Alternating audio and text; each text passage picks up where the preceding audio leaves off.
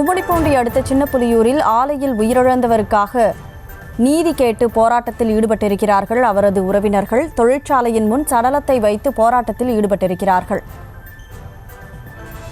தொழிற்சாலையின் முன் சடலத்தை வைத்து போராட்டம் நடத்தி வருவதால் அங்கு பரபரப்பான சூழல் ஏற்பட்டிருக்கிறது. அந்த அண்மைச் செய்தியை பார்த்து கொண்டிருக்கிறோம்.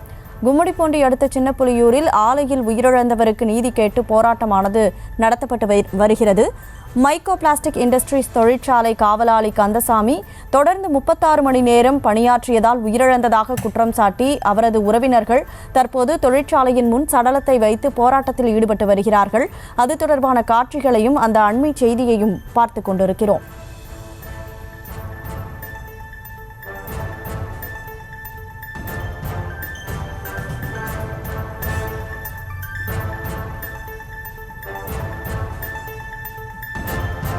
திருவள்ளூர் மாவட்டம் கும்மிடிப்பூண்டி அருகே சின்னப்புலியூரில் ஆலையில் உயிரிழந்தவருக்கு நீதி கேட்டு போராட்டமானது நடத்தப்பட்டு வருகிறது. கூடுதல் விவரங்களோடு செய்தியாளர் மகேஷ்குமார் இணைப்பில் இருக்கிறார். மகேஷ்குமார், வணக்கம்.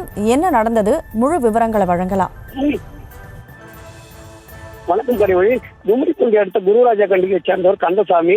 56 வயதுடைய இவர் அருகாமையில் உள்ள சின்னப்புலியூர் கிராமத்தில் அமைந்துள்ள மிக்கோ பிளாஸ்டிக் எனப்படும் தனியார் தொழிற்சாலையில் காவலாளியாக பணியாற்றி வந்தார்.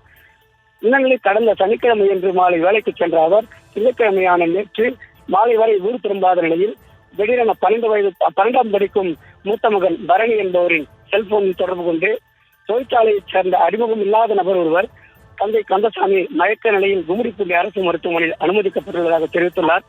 தொடர்ந்து உறவினர்கள் அங்கு சென்று பார்த்தபோது அங்கு உயிரிழந்த நிலையில் பரணியின் தந்தை இருப்பதைக் கண்டு அதிர்ச்சி அடைந்துள்ளனர். தொடர்ந்து அங்கிருந்த கந்தசாமியின் உடல் பிரேத பரிசோதனைக்காக பொன்னேரி அரசு மருத்துவமனைக்கு அழைத்து செல்லப்பட்ட நிலையில அவரின் உடலை கைப்பற்றிய உறவினர்கள் திடீரென நியாயம் கேட்டு தொழிற்சாலை நுழைவாயிலில் கந்தசாமியின் உடலை வைத்து போராட்டத்தில் ஈடுபட்டு வருகின்றனர்.